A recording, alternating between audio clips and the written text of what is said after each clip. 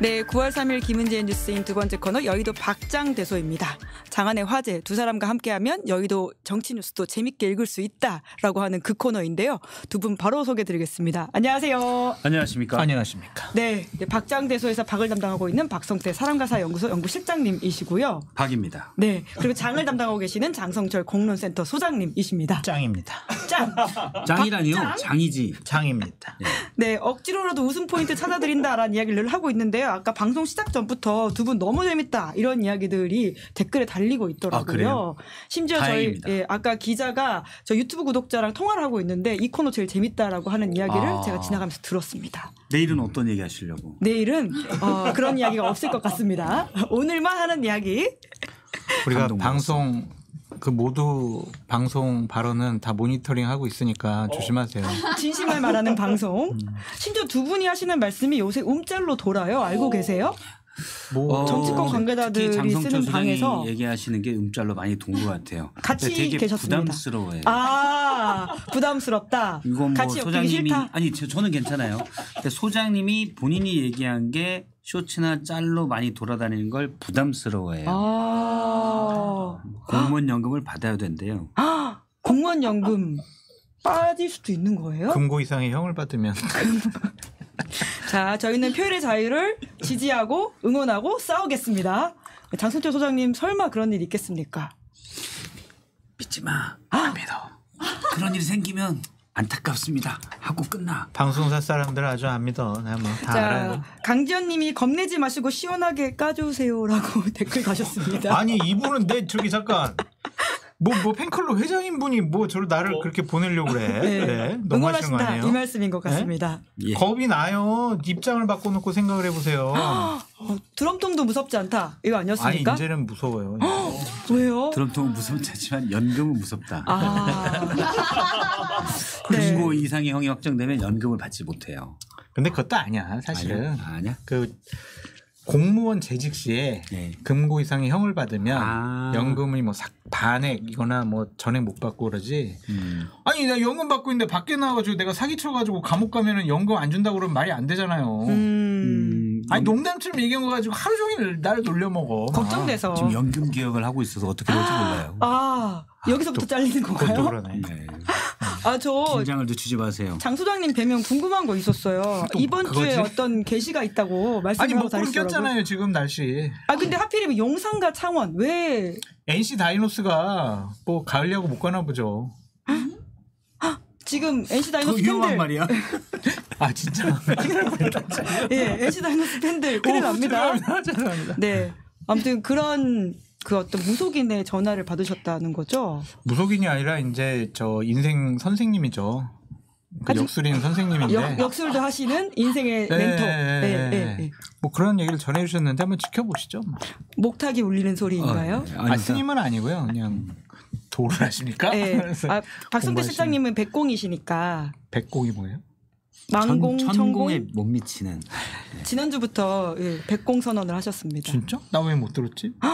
말씀하실 때 못 들었죠. 지난주 얘기했는데. 백공 하지 말아요. 아무튼 먹구름 얘기는 그만해달래요.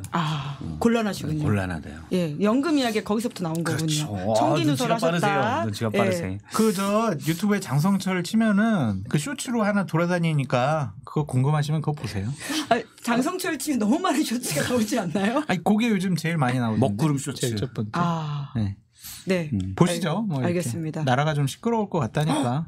이번 주 화요일인데 보시죠. 이번 주 안에 오늘이네. 이번 주에. 장성철의 예언. 예, 알겠습니다.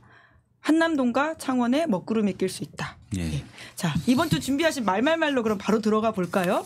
예. 말말말도 사실 전망이 밝은 이야기들은 아닌 것 같긴 합니다. 대통령실에서 참 경악스러운 얘기를 계속하고 있죠. 응급실이 원활하게 관리가 되고 있다. 약간의 부작용은 좀 참아라. 이런 얘기를 했는데 지난주 금요일과 어제 있었던 월요일 날 갤럽과 리얼미터 여론조사를 보면 20%대를 기록을 했잖아요. 여지없이 지지율 떨어지는 정권은 항상 이런 얘기를 합니다. 지지율에 연연하지 않겠습니다. 일희일비하지 않겠습니다. 이런 얘기를 해요.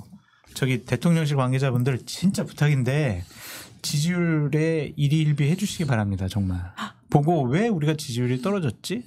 국정 운영이 뭐가 잘못됐을까?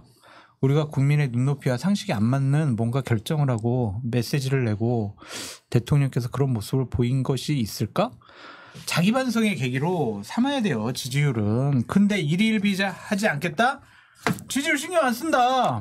국민들이 뭐 우리한테 막 뭐라고 하고 손가락질하고 막 뭐라고 비판을 해도 우리 그런 거 신경 안 쓴다. 우리 의료 개혁한다 이거잖아요.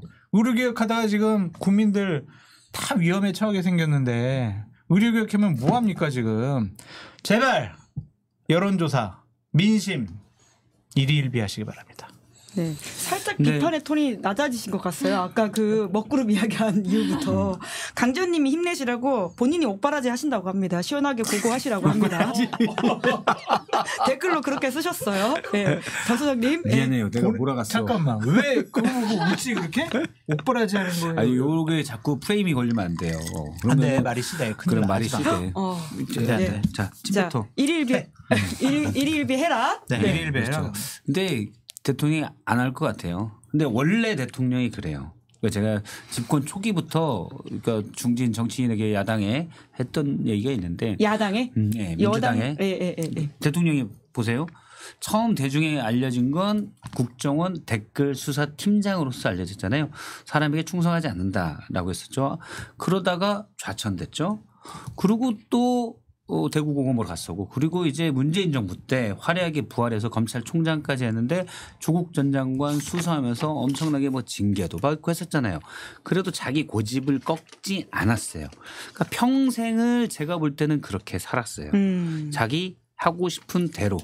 자기 하고 싶은 대로 해 살았는데 주변에서 볼 때는 검사로서 고집을 꺾지 않고 정권에 맞선 모습이 소신 있다. 멋있다. 사람에 충성하지 않으라고 본 거죠. 그렇게 본 지지자들이 많아요. 근데 사실은 사람에 충성하지 않는 게 아니라 원래 자기 하고 싶은 대로 한 거예요. 네, MBTI 본질은. 고집불통. 그렇죠. KGBT가 네. MBTI예요. 소신이 아니라 본인 고집대로 한 거예요. 그래서 제가 접근 초기에도 민주당 분하고 한번 얘기하다가 이분 위험하다. 왜냐하면 그때도 국정원 댓글 수사팀장 할 때도 누군가 얘기하지 않았겠어요? 이렇게 하면 큰일 나. 좀 여기까지만 해가. 됐어. 막 그까이 거. 라고 했겠죠. 대통령의 주요 중에 하나가 제가 늘 얘기하지만 경로 그까이 거. 그리고 정치적 유불리를 따지지 않고 이게 대통령의 주요 키워드예요. 유불리를 따지지 않는다. 유불리를 따지지 않고. 예. 이건 뭐냐면 본인이 그렇게 해서 성공했거든요. 누군가 옆에서 조언을 하죠. 민심이 그렇게 하면 안 돼. 역풍 맞아. 이런 얘기하면 대통령은 아마 그렇게 얘기할 거예요. 내가 내 소신대로 해서 나는 이 자리까지 올라왔어. 너희들 대통령 돼봤어? 그딴 얘기 하지 마. 그러니까 본인의 아주 운이 좋은 성공 방정식을 믿고 그냥 밀어붙이는 스타일이에요. 근데 중요한 건 거기서 소신이 아니라 사실은 하고 싶은 대로인 거죠. 운이 좋아서 특히 검사할 때는 그런 하고 싶은 대로 하는 게 겉보기에 어울릴 수가 있었는데 대통령은 전혀 다른 일이죠. 검사는 잡아넣는 사람이지만 대통령은 조율하고 정치하고 포용하는 사람이잖아요. 전혀 다른 성격인 거예요. 그러니까 옷에 안 맞는 일을 하고 있는 거예요. 옷에 안 맞는 일을 그렇죠. 하고 있다. 예. 몸에 안 맞는 일. 예. 그걸 하고 있기 때문에 필연적으로 문제가 발생이 되고 있다. 근데 확신범이에요. 쉽게 말해서. 확신범이다. 무능의 확신범. 그래서 이거 범자가 좀 애매한가? 그럼 확신 자로 할게요. 예. 범 대통령. 오늘 전반적으로 두 분이 굉장히 조심하시네요. 이번 주. 그렇죠. 예. 왜냐하면 잡혀갈지 모르니까. 계엄? 아니 그건 아닌데 어쨌든 그렇기 때문에 저는 이게 상당히 위험하고 암울하다. 특히 의료개혁, 의료대란, 의료개혁을 표방한 의료 붕괴가 지금 벌어지고 있잖아요. 대통령이 1도 이 방향을 수정하거나 시정하려 하지 않을 것 같아요. 그래서 이 문제는 계속 더 커질 것이고 아주 거센 국민 저항을 받게 될 거고 그 와중에 계속 어쨌든 많은 국민들이 지금 시간인데 나 좀 말 좀 하자. 혼자만 지금 4분 동안 얘기하고. 지금 5초에 뒤에 끝나는데 5초만 참지 그랬어. 못 참아요 지금. 경로해야 된단 말이야 지금. 끝난 이때 위험하다. 박성재 실장님 평론 경로해야 격조 돼. 있다. 이렇게 댓글이 달리고 있습니다. 네, 조금 기셨어요라고. 네. 우리 5번 PD님 예 알겠습니다. 이번 주 시사인을 대통령과 대통령실 관계자는 봤으면 좋겠어요. 헤드라인이 이거예요. 한번 보여주시죠. 한 구급대원의 편지 붕괴되고 있습니다. 네. 이 안에 내용을 보면 살려서 돌아오는 길이 점점 멀어지고 있습니다. 아이고. 이 소방대원분들이 이렇게 얘기를 하시고 계세요. 네. 그리고 이제 이은기 기자가 현장에 있는 사람들의 이야기를 또 취재했습니다. 심정지 상태가 되어야 병원 갈 수 있다면. 하나만 더 말씀드릴게요. 2개 더 하셔도 됩니다. 그다음에 나경희 기자 기사거든요. 관리 가능한 응급실. 그럼요. 참 나쁜 대통령. 참 나쁜 대통령이라는 것에 많은 국민들이 동의를 하실 것 같아요. 이 시사인 우리 이것만 읽어봐도 의료 현장이 얼마나 지금 붕괴되고 많은 국민들이 생명과 안전의 위협을 받고 있는지 알 수가 있잖아요. 보수 언론에서도 대통령 브리핑하고 난 이후에 의료 현장 그렇지 않다. 당신이 생각하는 것처럼 그렇지 않다라고 계속 기사를 쓰고 있는데 어제 대통령실 관계자는 지지율 1위비하지 않겠다라고 하면서 뭐라고 했냐면 정치적 유불리를 떠나서 저항이 예상되지만 쉽지 않은 길을 선택했다. 국민들이 나 생명에 너무 위협을 받고 있어. 이게 저항입니까? 이게 유불리예요? 이게 정책 유불리냐고요, 이게. 의료개혁이라는 어려운 과제를 20%대 가장 저조한 지지율로 시작했다. 더 떨어집니다. 이러면. 지지율 더 떨어진다. 더 떨어지죠. 지금에서 더 떨어지면 10%대까지 간다는 말씀이신가요? 아니 이렇게 국민들의 생각과 판단과 상식과 다른 얘기를 하는 대통령에 대해서 보수 우파들도 점점 마음을 돌리고 있어요. 찐 보수, 저보다 더 찐 보수, 전원책 변호사도 보수에서도 마음 돌리고 있다. 지지하지 않는다. 그런 얘기를 하잖아요. 점점 늘어나고 있어요. 결국에는 제가 집권 초부터 했던 얘기가 점점 맞아떨어 가고 있다. 어떤 이야기 말씀하시는 거예요? 아니 윤석열 대통령 그러면 안 된다라고 난 계속 손가락질했다가 내가 지금 드럼통에 빠지게 생겼잖아요. 그러니까 절대 안 되게 하려고 지금 보면 장성철 전님이 그때도 엑스파일을 스스로 몸 던져 공개하고 여러 방송에서 잘리는 온갖 핍박을 받았는데 그때 장성철 선생님을 좀 더 밀어드릴 걸 그랬어요. 그때 나 욕했지. 아니 욕하진 않았어요. 그때 제가 제2본부에서 방송할 때 제가 모셔가지고 엑스파일 들었거든요. 예. 그때 조회수도 잘 나오고 괜찮았어요. 그래서 정말 대통령실이 대단히 지금 착각을 하고 있습니다. 개혁을 하고 의대 정원이 확보가 되고 그래서 밀리지 않으면은 자신들은 역사의 기록에 남는 대통령이 될 것이다라고 자신 있어 하는 것 같아요. 지지율 떨어지잖아요. 아무것도 못해요. 4+1 개혁 얼마 전에 브리핑에서 얘기했죠. 연금 개혁 못합니다. 지지율 떨어진 대통령이 추진하라고 하면 국회에서 법을 바꿔주겠습니까? 안 바꿔줍니다. 교육개혁 못합니다. 노동개혁 못해요. 그런데 무슨 지지율 일일비하지 않는다. 이런 식의 망발을 하고 있어요. 네. 지지율을 끌어올릴 대책을 강구를 해야죠. 국민의 민심에 맞는 그러한 정책을 통해 가지고 그러한 판단과 결정을 통해서 다시 국민의 지지받을 생각을 해야지. 아니 몰라 뭐 우리 10% 떨어져도 할 거라니까. 대통령은 원래 이게. 지지율을 잘 신경을 안 썼어요. 원래. 그리고 그게 멋있는 줄 알아요. 멋있는 줄 아나요? 물론 이제 어떻게 보면 포퓰리즘 같은 걸 별로 안 하고 뭐 한다.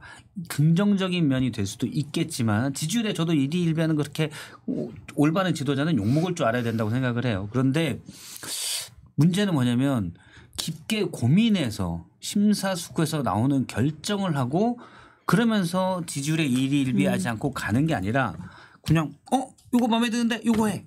그러고 그냥 밀어붙이는 거예요. 너무 무턱대고 정확한 표현으로 너무 무식하게 추진하는 거죠.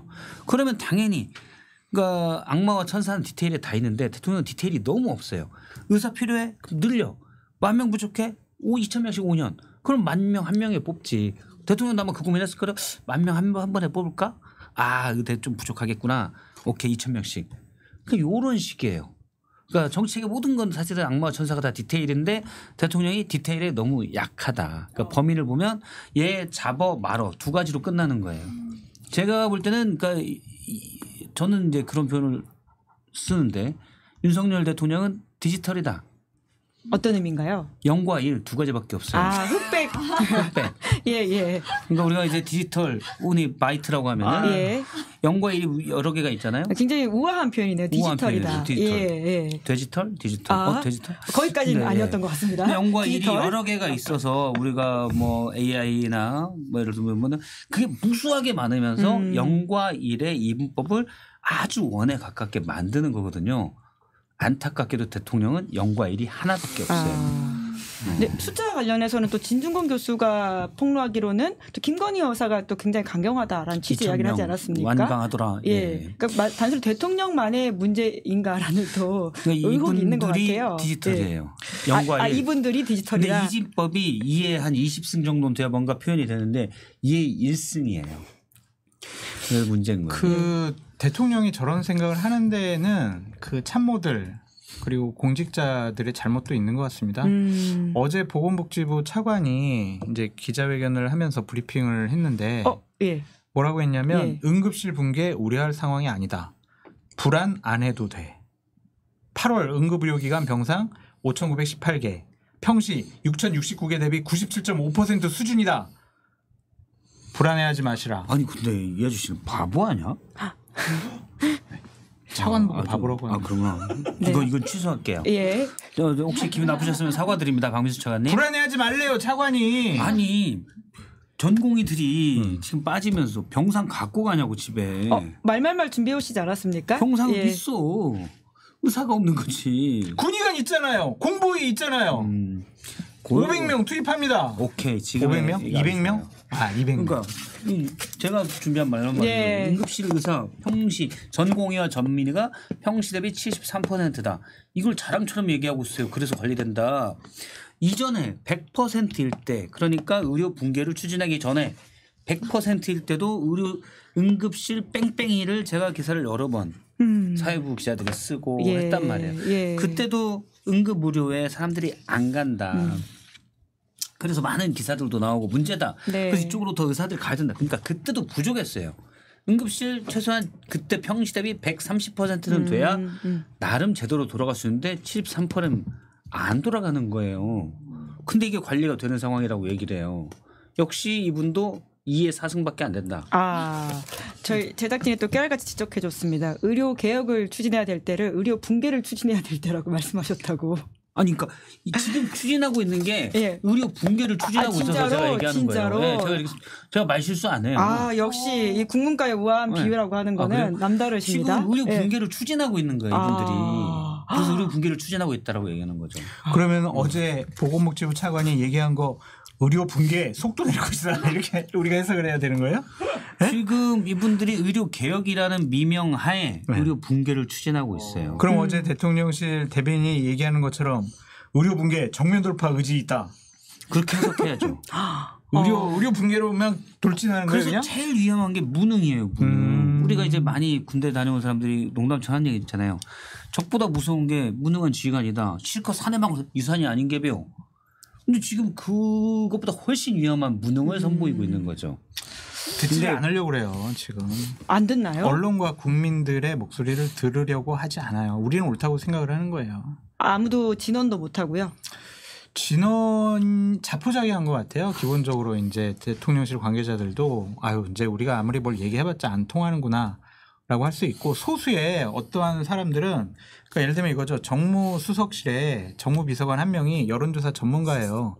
본인이 대단한 여론조사 전문가로 생각을 하는데 대통령의 인식과 판단을 강화시키는 그런 좀 왜곡된 여론조사를 올린다라는 또 얘기도 있습니다. 그러니까 대단히 위험한 신호죠. 자료와 민심의 수치를 왜곡을 할 수 있다. 그럼 대통령은 그래 그거 받아보면 잘하고 있구만 좋았어.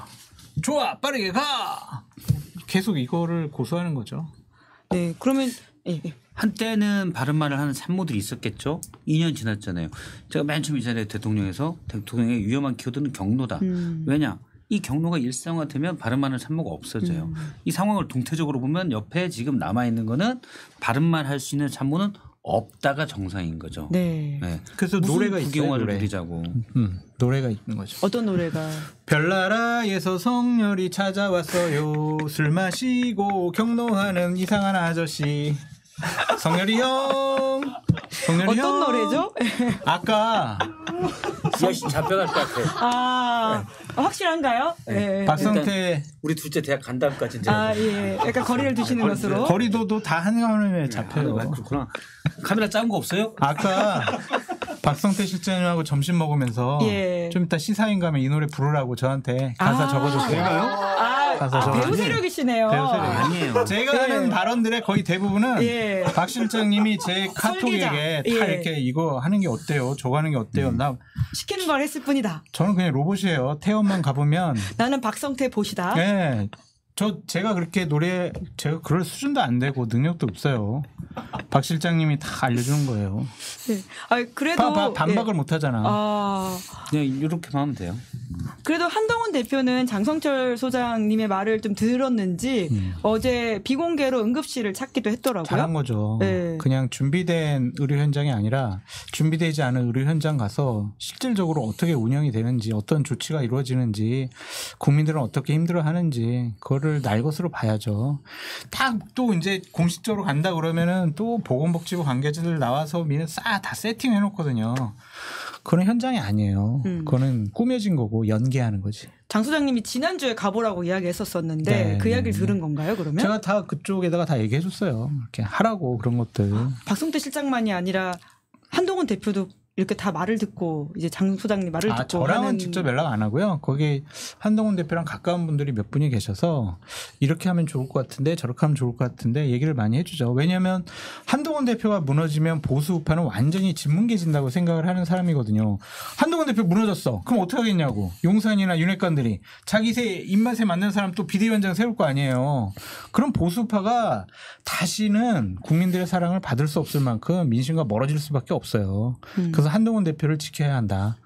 가르쳐서라도 지켜야 한다라는 게 제 소신입니다. 네. 근데 이번에 여야 대표 회담 이후에 좀 나온 행보들이 좀 한동훈 대표의 당 장악력이 부족한 면이 드러난 게 아니냐 이런 이야기들이 있던데요. 많이 부족해 보이죠. 왜냐하면은 정치기 의장 정정식 정치기 의장에서 김상훈 정치기 의장으로 바꾸려고 했잖아요. 왜?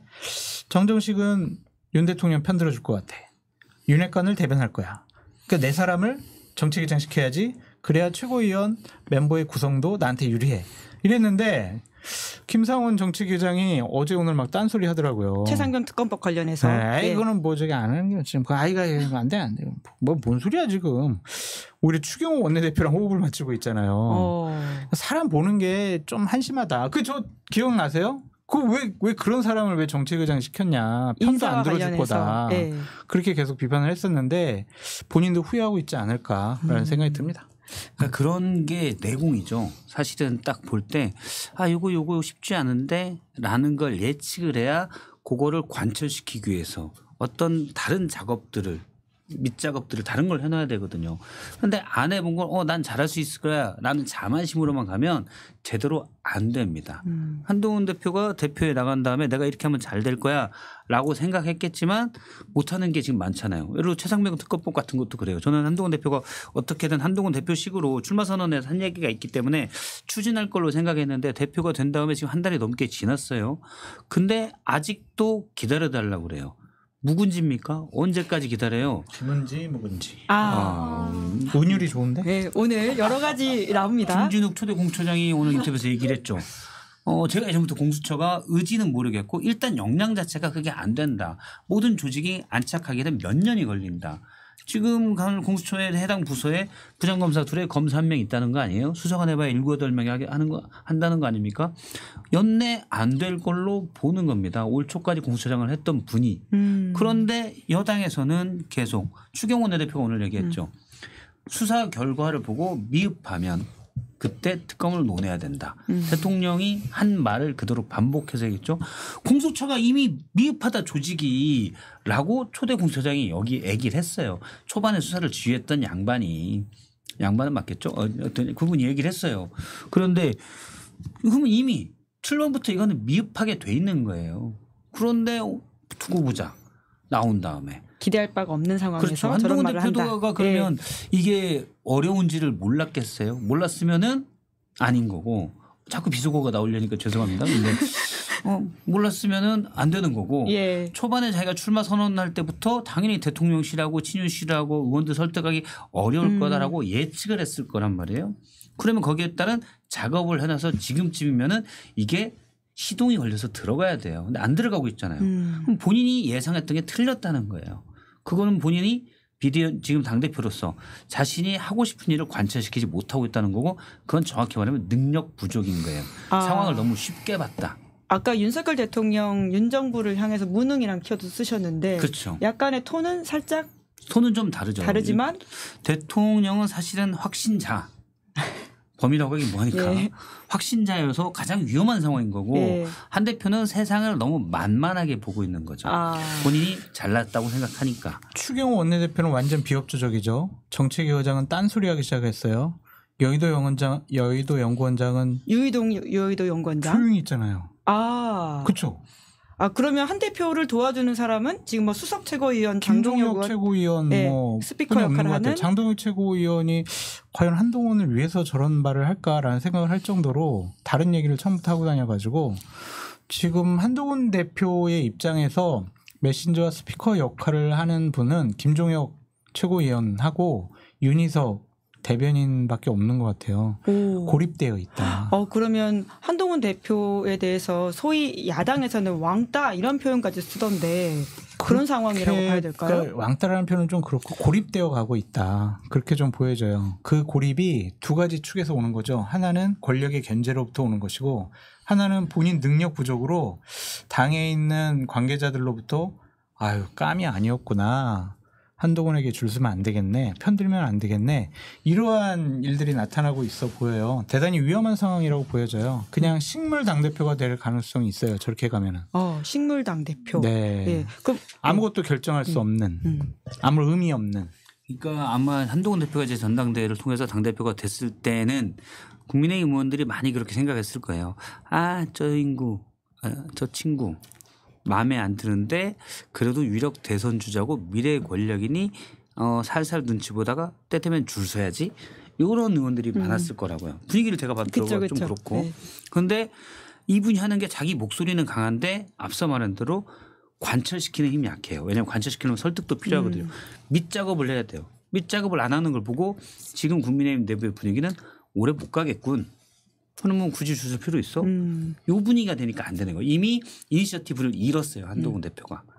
근데 아직도 기다려달라고 한다? 그러니까 되게 정교하게 이것들을 했어야 되는데 그걸 못한 것 같아요. 저는 그래서 한동훈 대표가 이재명 대표와의 회담 때 내 처지가 그렇지 않냐라고 했다는데 지금 이 바쁜 세상에서 한 달 좀 넘었으면 그 처지를 개선시킬 책임은 한 대표한테 있는데 그건 실패했다. 라고 봅니다. 물론 곽규택 대변인이 그런 말은 없었다 이렇게 부인을 하고 있긴 하더라고요. 예. 근데 뭐 워딩 비슷하지 않지만 그런 상황으로 얘기했을 것 같아요. 얘기하세요. 한동훈 대표를 뒷받침해주는 버팀목 같은 역할을 하는 것은 유일하게 여론조사예요. 어떤 여론조사하면 어제도 이제 발표된 차기 대통령 후보 보수 진영에선 누구 거기서 1등 나오잖아요. 근데 그 수치가 좀 떨어지는 것 같아요. 그것이 만약에 지금 뭐 한 24% 정도 나오던데 10%대로 떨어지고 다른 분들이 10%대로 초반으로 올라오게 되면은 한동훈 대표는 힘이 급격하게 빠질 가능성이 있어요. 오로지 지금 그래 지금 한동훈이 제일 인기가 높으니까 한동훈 눈치 봐야지 그러는데 여론의 지지 받지 못하는 당대표 차기 지도자 힘이 없어요. 한동훈 거품 꺼진다 이렇게도 보시는 건가요? 그러면 그렇게 될 수밖에 없는 상황이 되겠죠. 저도 지금 한동훈 대표는 변곡점의 시기에 와 있어요. 변의 순간이 아니라 변곡점의 순간. 변곡점.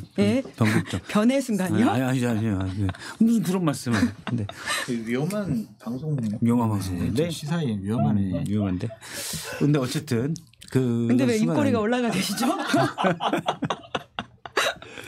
왜냐하면 그러니까 한동훈 대표의 그러니까 새로운 뉴페이스들이 항상 정치권에 오는 거는 신선함이거든요. 사람들이 눈길에 가요. 그럼 그거를 받아서 바로 치고 나갔어야 되는데 지금까지 한동훈 대표는 저는 잘 치고 나갔다고 생각해요. 그런데 이재명 대표 회담을 봤을 때 더 이상 치고 나가는 힘이 좀 부족하구나. 그래서 만약 여기서 한번 실망하잖아요. 그 뉴페이스들은 한번 실망을 받게 되면 끝입니다. 왜냐면 이분의 내공을 막 보거나 그건 아니에요. 신선함, 충격. 요걸 보고 지지를 하는 건데 한번 기대가 꺾이면 다시 그 기대를 가져오기가 쉽지 않아요. 그래서 지금 이거를 한동훈 대표가 하려면 대통령과의 분명한 차별화를 최소한 한 달 이내는 보여줘야 된다라고 생각을 합니다. 쉬워 보이지 않습니다. 한 달이니까 10월 국군의 날까지 기다릴게요. 국군의 날까지. 네. 그러면 그때 다시 한번 두 분의 평가를 들어보는 것으로. 그때 쉬는 날이죠, 국군의 날. 그래도 방송은 계속 어쨌든 그때까지 함께하도록 기다려보겠습니다. 하겠습니다. 아까 이제 짧게만 말씀드리면 고립됐다 될 거다 이렇게 말씀드렸잖아요. 거기에 또 하나가 이제 소외될 거예요. 누구한테요? 그 정치권으로부터. 왜냐하면 이제 정기국회 들어갔잖아요. 원외잖아요. 국회에서 특별히 할 게 없어요. 최고위원회의도 특별히 현안 문제와 관련해서 할 게 없어요. 다 최고위원도 원내대표 중심으로 돌아갈 거란 말이에요. 그러면 본인의 존재감을 드러내야 되는데 그냥 계속 응급실 방문하고 뭐 오늘처럼 경북지사 뭐 방문하고 누구 만나는 거 저거 가지고는 어떠한 반향을 불러일으키기가 어렵거든요. 그러니까 제가 처음부터 계속 얘기했잖아요. 김건희 여사 부부를 찾아가라. 그래서 그분들의 마음을 되돌려라. 예전에 저에게 멸치볶음 해주신 그 여사님 그때의 맛이 그립습니다. 한 번 더 해주세요. 이러면서 멸치똥 빼고 했대? 쬐끈 거라서 똥 먹어도 돼요. 그 김건희 여사를 그때의 마음으로 되돌려야 되거든. 근데 그걸 안 하고 그냥 나는 뭐 공적으로 사적으로 대통령 배우자랑 연락 안 할 거예요. 안 된다니까. 지금 우리나라에서 제일 영향력이 큰 사람은 김건희 여사란 말이에요. 그걸 현실적으로 인정을 해라. 그게 옳은 게 아니에요. 잘못된 거예요. 하지만 현실적으로 우리가 여권 내에 있으면은 그분의 영향력을 인정을 해야 돼. 그분이 김건희 여사인가요? 김건희 여사죠. 예. 아니 실컷 윤석열 대통령 설득을 했어. 근데 대통령께서 관저에 가셨어. 같이 이제 사우나 해. 이렇게. 사우나 뭐지? 사우나인가? 사우나. 관저에 그런 게 있다라는 보도가 나왔죠. 예. 오빠 그거 어떻게 생각해? 이건 아니야. 이러면 어떻게 하겠냐고. 안 된다니까. 그래서 좀 농담처럼 얘기했지만 윤석열 대통령 부부와 신뢰관계를 회복해야 돼요. 안 그러면은 당대표 역할 못해요. 근데 이제 와서 그게 가능하다. 지금이라도 해야죠. 지금이라도 해야 된다. 1월에 이미 그건 물 건너갔다. 제가 처음 됐잖아요. 그 한동훈 대표는 윤석열 대통령에게 모욕감을 줬어요. 자꾸 모욕감을 줬다고 하는데 오늘 굉장히 여러 가지 단어들의 변주가 나오네요. 이거 사실 중의적으로 제가 살짝 하는 거 아시죠? 네. 아까 돼지털. 넌 나에게 목욕값을 줬어. 뭐 이런 거예요. 그래서 이미 둘 사이는 끝났다. 근데 그것만 끝난 줄 알았는데 알고 보니 김건희 여사의 문자도 5번이나 익십했잖아요. 그럼 그건 더 끝난 거예요. 자, 우리가 뭔가를 상황을 볼 때 나와 있는 것만 보면 안 돼요. 그 이면 걸 봐야 돼요. 김건희 여사가 한동훈 대표에게 메시지를 보낼 때 아유 대표님 정말 저 때문에 대통령님과 사이가 틀어질까 봐 조바심이 납니다. 조바심하면서 보냈겠어요? 이 녀석 봐라. 표정은 딱 또 안 해? 답변은? 이 녀석 봐라. 이렇게 하면서 문건만 이렇게 나오는 거예요. 5번이나 익십했잖아요. 여사의 마음에서도 끝. 네? 회복 안 된다? 예. 일단 잘 구슬려서 할 수 있을 거라고 생각이 됐을 때는 뭐 회복의 기미가 보였겠지만 이미 그 전당대회 과정에서 그건 다 끝났다. 근데 저는 이미 1월 초에 끝났다. 제가 처음부터 약속대로는 이 자리에서 약속대로는 전혀 아니다. 이거는 둘 다 실존적 혐오 단계라고 했잖아요. 절대 화할 수가 없습니다. 그래서 여사를 설득하는 거는 불가능해요. 할 수 있어요. 권익위에서 지금 다 괜찮다고 했잖아요. 그러니까 당대표 법인카드 있습니다. 가서 에르메스 버킨께 딱 사가지고 가서 딱 드려. 그건 1,000만 원 넘어서 안 될 것 같은데. 괜찮아요. 괜찮아요? 외국인으로 해야 돼. 외국인으로. 그러니까 외국인 한동훈 대표가 그러면은 한동훈 낙가무라 겐쇼 데리고 아니야. 한동훈 대표 부인이 이중국적자. 그런가? 위험한 것 같습니다. 예. 아니 모르겠어. 그건 모르겠는데 어쨌든 가서 뭐 직무 관련성이 없다. 그래서 나는 그냥 저 추석 선물이다. 마음 풀어야 된다니까. 이게 좀 극단적으로 얘기했지만 추석 선물 드리면서 마음을 풀어야 돼요. 안 그러면은 진짜 완전 차별하든지 아니면 엊그저께 일요일 날 당대표 회담했잖아요. 그때 그냥 국민 앞에서 자 최상병 특검 받겠습니다. 막 이렇게 얘기하고 난 얘기할 줄 알았어. 그렇게 얘기하면서 그냥 저 이것만 보고 가겠습니다. 예. 그럼 우리 젊은 군인 억울한 죽음 밝혀야 되지 않겠습니까? 권력의 눈치 보지 않는 한동훈이 되겠습니다. 국민과 언제나 함께하겠습니다. 동료 시민 여러분, 저에게 힘을 보태 주십시오. 이랬어야지. 장 소장님이 출마했어야 되는 거 아닌가요? 아니 그런 것도 안 하고 예. 가서 아무도 안 오고 그럼 뭐 어정쩡히 뭘 하겠다라는 거예요. 난 답답하다니까 뭐하냐? 진짜. 엉거주춤 뭐하냐? 예. 답답해요. 그 답답함의 이야기이긴 한데요. 추석 얘기 나왔으니까 저희 제작진이 이 사진을 꼭 보여드리고 싶다고 아주 강력하게 이야기를 해서 오늘 오전에 대통령이 하나로마트에 가서 일정을 소화했거든요. 추석 대비 물가 관리 차원인 것 같은데 이제 여러 가지 이제 그런 시장 상황들을 내가 봤을 때 이 야당 사람들 문재인 정권 사람들 굴비 엮듯이 줄줄이 엮어버리겠다. 야, 그런 메시지인가요? 저 갑자기 굴비를 저렇게 들으실 이유가 없잖아요. 아유 몇 명이야 이거? 지금 짜릿하구만. 문재인 대통령 피의자로 지금 검찰에서 적시했잖아요. 줄줄이 엮겠다라는 것 같은데 저 굴비 엮듯이 어떻게 생각해요? 딱 저 사진을 보낸 게 저기 이제 대통령실 제공인가요? 예, 오늘 나왔습니다. 방금 의미가 있다니까 저거. 저게 이제 앞으로의 사정 정국을 그럼 예고하는 사진이다. 아니 사진은 이제 어떤 풀 기자가 찍었으면 모르겠는데 만약 대통령실 제공이라면 왜 저걸 딱 그건 좀 봐야 될 것 같아요. 예. 네. 또 다른 사진도 있다고 하는데요. 보여드리고 싶다고. 예. 사진이 혹시 준비돼 있나요? 대통령실 제공. 대통령실 제공이네. 예. 근데 저거 보니까 한 시민께서 미역국에는 어떤 고기를 넣어야 될지 좀 골라주십시오. 기름기가 많은 것이 좋지. 라고 하시면서 좀 마블링이 있는 고기를 골라주셨다. 그런 훈훈한 미담도 나오고 있는데 저 사진 보니까 무섭다. 굴비 엮듯이. 조심해요. 아 근데 여기는 다 고기 잠깐만 저렇게 고기를 저것도 봐봐. 한우 코너에 갔다라고 합니다. 저것도 봐봐. 빨갛잖아. 빨갛게 될 때까지 그냥 때리겠다. 주워 패겠다 이런 거에 말 안 들으면. 그러니까 이게 의미심장하다니까. 네, 저희가 사진을 봤으니까 그래도 이야기도 해야 될 것 같은데. 이분 위험해. 예.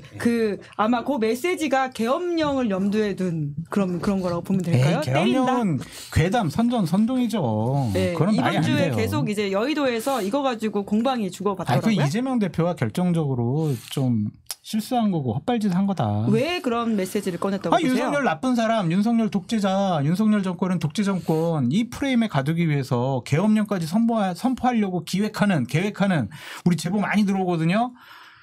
김은지 기자님에 대해서 저한테 제보 엄청나게 많이 들어와요. 저희 제작진이 진심으로 안 된다고 했습니다.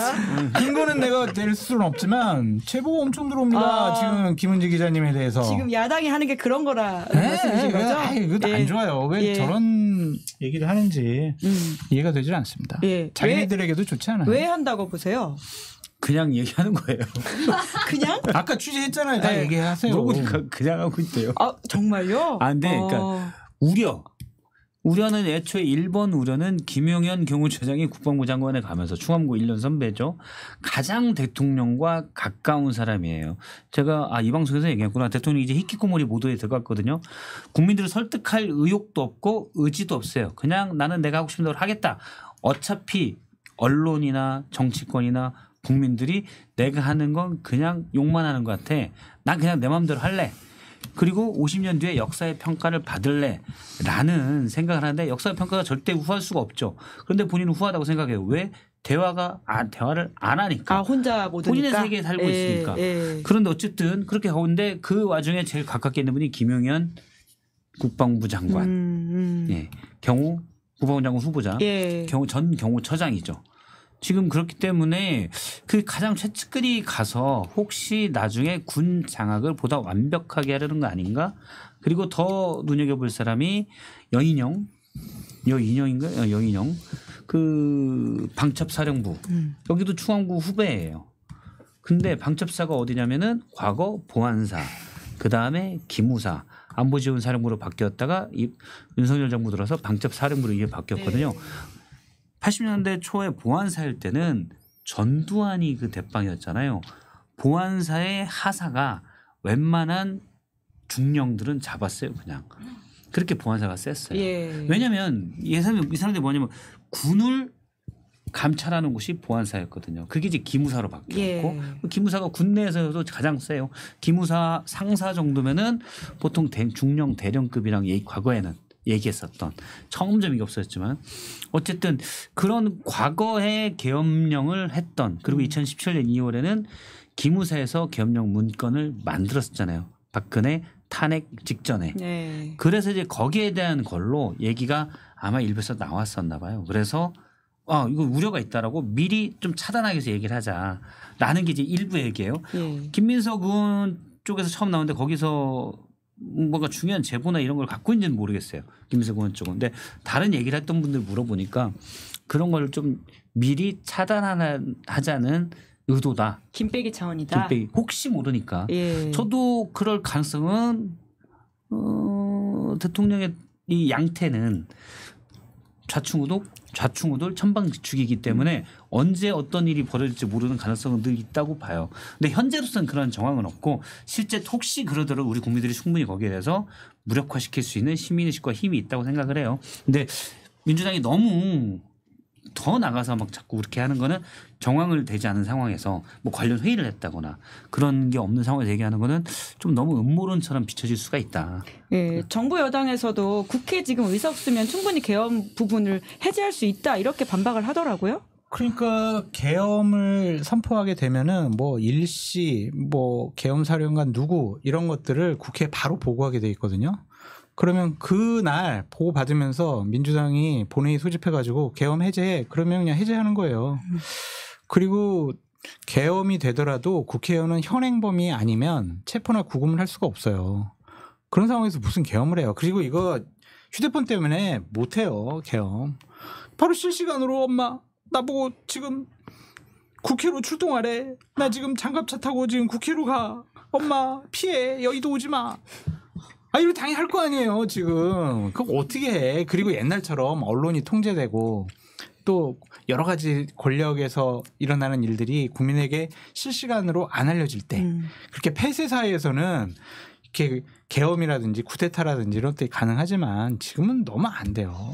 그러니까 대통령이 좀 현재의 양태를 보면 천반지축의 좌충우돌이기 때문에 시도는 할 수 있겠지만 나보다 더 심한 얘기를 하는구만. 뭘. 나는 노래 불러서 흥겹기라도 했지. 뭐 그렇게 직설적으로 공격하시면 어떻게 해요. 천방지축? 대통령한테 천방지축을 방향을 예측할 수가 없잖아요. 그건 맞는데 그래도 좀 이렇게 좀 어떻게 할지를 잘 우리가 예측하기 어려워요. 이럴 수가 있잖아. 천방지축이 좀 그렇네. 그럼 안 돼. 망아지가 천방지축하는 거지. 구속이야 구속. 저희 방금 또 근데 단독 기사가 나왔는데 뉴스핌에 따르면 대통령실 앞에 60대 노동자가 추락사를 했다. 응급실 뺑뺑이로 골든타임을 놓쳤다라고 하는 보도가 있네요. 계속 이제 이런 식의 보도들이 이어질 수도 있는 상황이다라는 걱정을 계속 하신 거죠. 네. 치료가 가능한 분들이 의료 붕괴로 제대로 치료가 안 되고 있다. 이 부분을 대통령이나 또 대통령실 참모 그리고 각 장관들이 뼈저리게 느껴야 되는데 대통령이 워낙 막무가내 가고 있으니 그분들도 얘기를 못 하고 있다고 생각해요. 그러니까 그분들도 이제 그냥 나름의 뭐랄까 정신승리를 하면서 잘 되고 있다라고 얘기할 수밖에 없는 지금 그런 건데 대통령이 바뀌어야 되는데 문제는 대통령이 절대 안 바뀔 것 같아요. 제가 앞서 얘기했듯이 대통령 스타일이 원래 그래요. 그래서 정말 위험한 거다. 그런데 이런 부분이 예를 들어 시간이 지나면 그냥 지금 우리가 민감하게 대응하는 거고 시간이 지나면 뭐 상황이 바뀐다고 치유가 되냐? 아닙니다. 상황은 점점 더 열악해져요. 남아있는 극히 일부의 그러니까 전문의들은 남아있지만 전문의들과 남아있는 의료진들 간호사들은 지금까지 진짜 뼈와 살을 갈아 넣어서 버티고 있거든요. 사람이기 때문에 그 체력이 점점 한계가 올 거고 점점 더 열악해질 겁니다. 맞아요. 그리고 저도 가까운 분이 최근에 좀 아팠어요. 약간 아픔의 징조가 있었어요. 근데 첫 번째 나온 게 뭐냐면 불안한 거예요. 그럼요. 밤에 응급실 못 넣을 텐데 혹시 내가 밤에 이 상황이 급해지면 어떡하지? 아마 이건 전 국민의 많은 사람들이 옆에서 느낄 수 있는 것들이에요. 그러니까 오히려 사람들이 더 불안감을 느낄 수 있는 상황? 그러니까 병원이 우리나라 의료가 잘 돼 있었잖아요. 응급실이 물론 그전에도 좀 힘들었지만 내가 밤에 아프더라도 응급실 가면 돼. 그쵸. 라는 생각이 있으면 마음이 그래도 시스템에 대한 믿음이 우리가 있죠. 있는데 2024년 대한민국이. 그렇죠. 지금은 그렇게 위중하진 않지만 예를 들어서 내가 밤사이 아프면 응급실은 뺑뺑이 돌다가 잘못하면 어떡하지? 그러게요. 이게 제일 위험한 환자가 되면 천식 환자들이에요. 현직 환자들은 바로 이게 되면 되는데 예. 불안감 때문에 호흡곤란이 오거든요. 아이고. 근데 이게 지금 정부가 이렇게 상황하면 사람들이 자기 몸에 대해서 혹시 나한테 위험이 닥치면 어떡하지라는 걸 불안감을 다 갖고 살아야 되는 거예요. 근데 이게 제가 볼 땐 조만간 폭발합니다. 맞아요. 점점 열악해질 거고 맞아요. 지금은 인계치에 다 있어요. 그러면 이제 곧 추석이어서 이 의료 대란에 대한 부담들이 더 커지고 있는데요. 대통령한테 좀 이런 일정을 해보라고 권해주실 만한 게 있으실까요? 안 해요, 이제.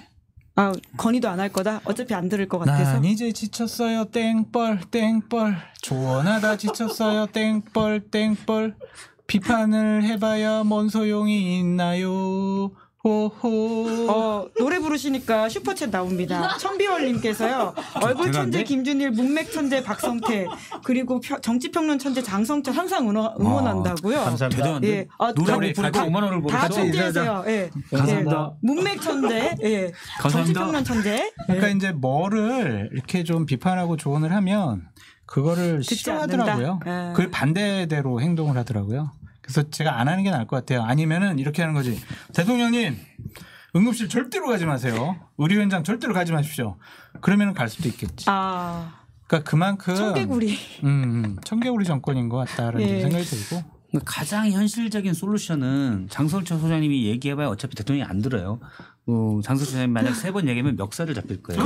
5번 얘기하면 맞고 7번 얘기하면 잡혀가요. 아이고. 어차피 지금 대통령한테 찍혀 있어요. 안 통해요.